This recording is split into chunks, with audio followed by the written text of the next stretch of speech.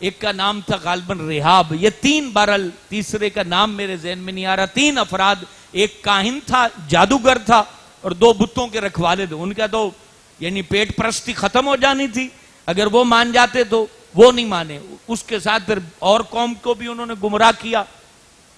اب معاملہ یہ تھا کہ انہوں نے سمجھا دیا اللہ کے نبی نے کہ اس اونٹنی کو یہ ایک دن سارے کنویں کا پانی پی جائے گی. جو وہاں چھوٹا سا چشمہ تھا وہ کنویں میں پانی ایک دن میں بھر جاتا تھا, لوگ بھر لیتے تھے. ایک دن یہ اونٹنی پانی پیے گی, دوسرے دن تم پینا, اور دوسرے دن پھر اس کا دودھ دو گے. جس دن اس نے پانی پیا ہوگا وہ دودھ اتنا ہوگا کہ پورا قبیلہ پی جائے تو دودھ ختم نہ ہو. وہ اتنا دودھ دیتی تھی, سارے گھروں والے آ جاتے, بالٹیاں ٹپ بھر لیتے, وہ دودھ ختم نہیں ہوتا تھا, سارے پیتے رہتے تھے. اب ایک دن جب وہ پانی نہیں پی سکتے تھے, ان کے لیے پھر مشقت ہونے لگی, حالانکہ اس دن دودھ انہیں مل رہا تھا. پھر اس کے علاوہ جب وہ اوپر کے علاقے پر چرتی تو وہاں کے جانور نیچے چلے جاتے. پھر سردیوں میں وہ گرمیوں سردیوں میں اوپر نیچے اس کا سلسلہ رہتا تو وہ جانور ڈر کے وہاں سے چلے جاتے تھے. روب ہوتا تھا اس اونٹنی کا.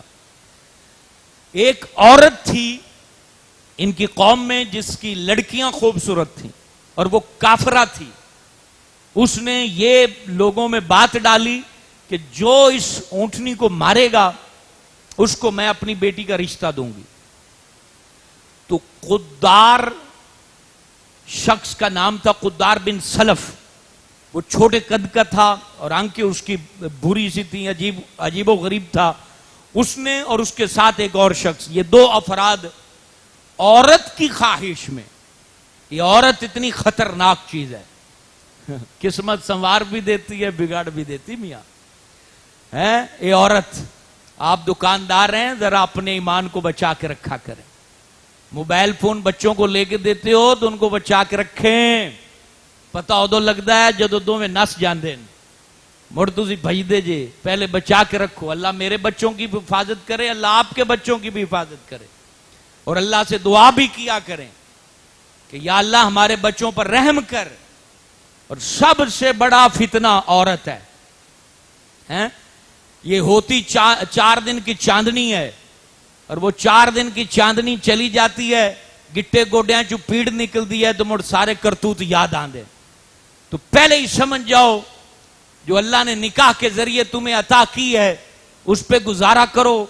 اگر اللہ نے زیادہ ہی تمہیں ہٹا کٹا بنا دیا اور تیرے اندر کا شیطان نہیں مر رہا تو پھر حلال طریقے سے نکاح کرو.